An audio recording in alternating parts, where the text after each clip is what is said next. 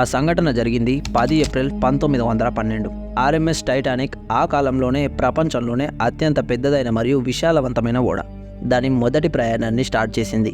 ఈ షిప్ అనేది south Hampton నుంచి న్యూయార్క్కి ట్రావెల్ చేస్తుంది. అందులో పెద్ద పెద్ద సెలబ్రిటీస్ నుంచి నార్మల్ పీపుల్ కూడా ప్రయాణిస్తున్నారు. అయితే ఈ షిప్ యొక్క కమాండర్ వచ్చేసి 62 ఏళ్ల సీనియర్ కెప్టెన్ అయిన ఎడ్వర్డ్ జాన్ స్మిత్. ఈ షిప్లో ఉన్న ప్యాసింజర్స్కి అండ్ అక్కడ చూడడానికి వచ్చిన పబ్లిక్లో చాలా ఎగ్జైటింగ్గా ఉన్నారు. ఈ షిప్ మొత్తం 269 మీటర్ల లెంత్ అండ్ 53 మీటర్ల హైట్ ఉంటుంది. ఆ కాలంలో ఇంత పెద్ద షిప్ నిర్మించడానికి $7.5 మిలియన్ ఖర్చు అయింది.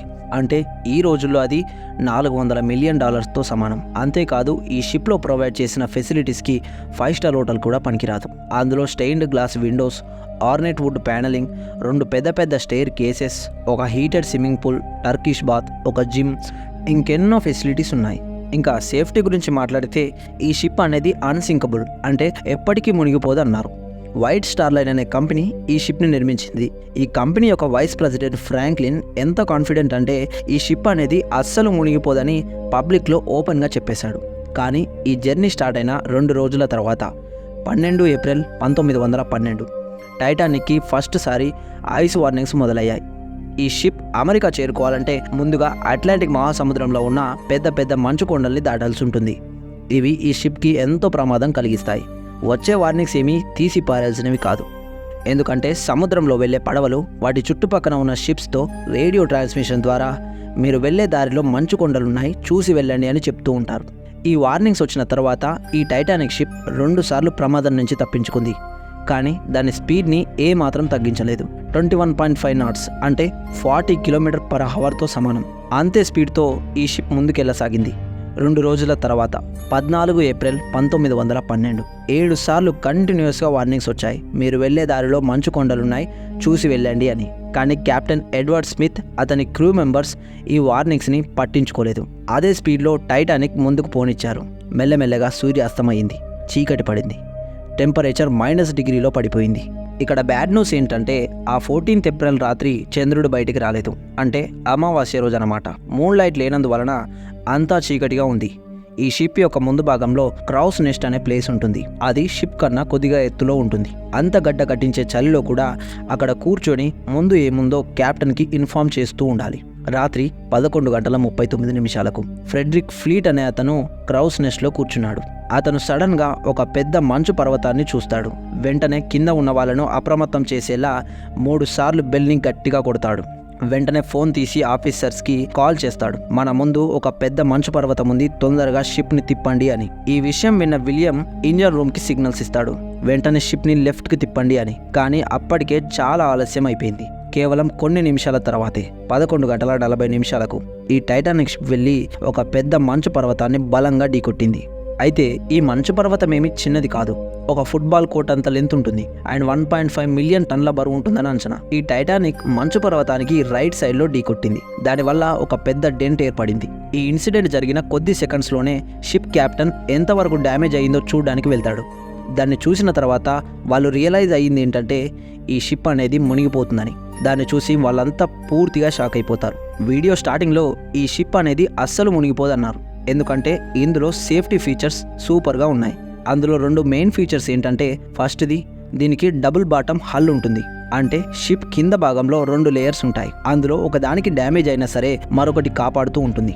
సెకండ్ది డబుల్ బాటమ్ హల్ అనేది 16 సపరేట్ ఎయిర్ టైట్ ఛాంబర్స్గా డివైడ్ చేశారు.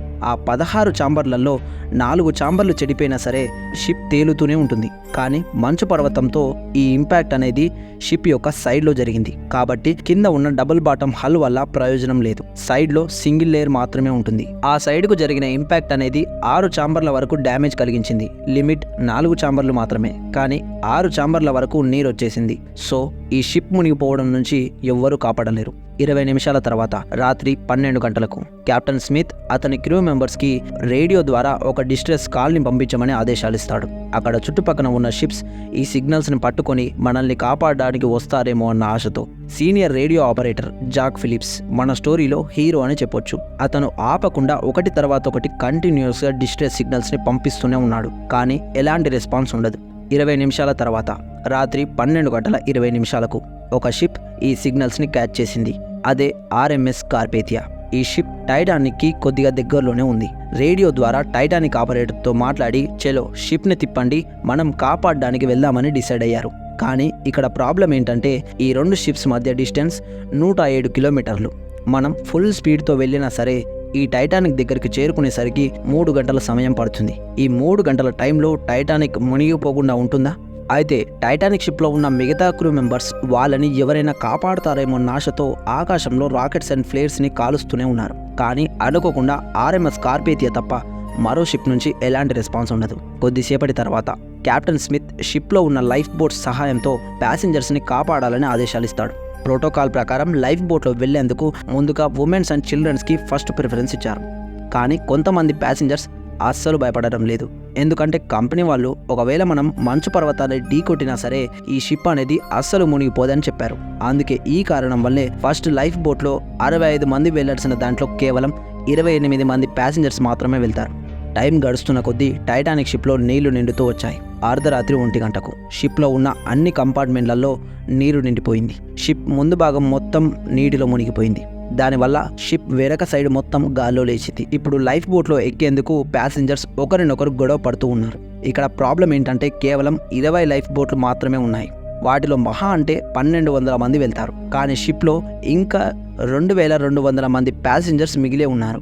రాత్రి 2:05 టైటానిక్ నుంచి చివరి లైఫ్ బోట్ నీటిలో దిగింది. కానీ ఇంకా 1500 మంది ప్యాసింజర్స్ షిప్లో మిగిలే ఉన్నారు. కరెక్ట్గా 2:20 టైటానిక్ షిప్ 2 ముక్కలుగా విరిగిపోయి మెల్లమెల్లగా నీటిలో మునిగిపోయింది. ఈ షిప్లో మిగిలిన 1500 మంది ఆ గడ్డ కట్టించే నీరు వల్ల హైపోథెర్మియా వచ్చి చనిపోయారు. టైటానిక్ని కాపాడడానికి వచ్చిన ఆర్ఎంఎస్ స్కార్పేతియా లొకేషన్కి చేరుకునేసరికి 3:39 అవుతుంది. కానీ వాళ్ళు లైఫ్ బోట్లో ఉన్న వాళ్ళని మాత్రమే సేఫ్గా కాపాడగలిగారు. ఇంత పెద్ద డిజాస్టర్ తర్వాత ఎన్నో ఇన్వెస్టిగేషన్ చేస్తే తెలిసిన విషయం వింటే షాక్ అవ్వాల్సిందే. మీకు ఎలా అనిపిస్తుంది? టైటానిక్కి కేవలం 30 కిలోమీటర్ల దగ్గరలో మరొక షిప్ ఉందంటే దాని పేరు ఆర్ఎంఎస్ కాలిఫోర్నియా. టైటానిక్ని ఎందుకని కాపాడడానికి వెళ్ళలేదని తెలుసుకోవాలంటే పార్ట్ 2 అని కామెంట్ బాక్స్లో చెప్పండి. ఒక కొత్త వీడియో చేద్దాం. అండ్ ఈ వీడియో నచ్చినట్టయితే ప్లీజ్ ఒక లైక్ అండ్ సబ్స్క్రైబ్ చేసుకోండి. Thanks for watching.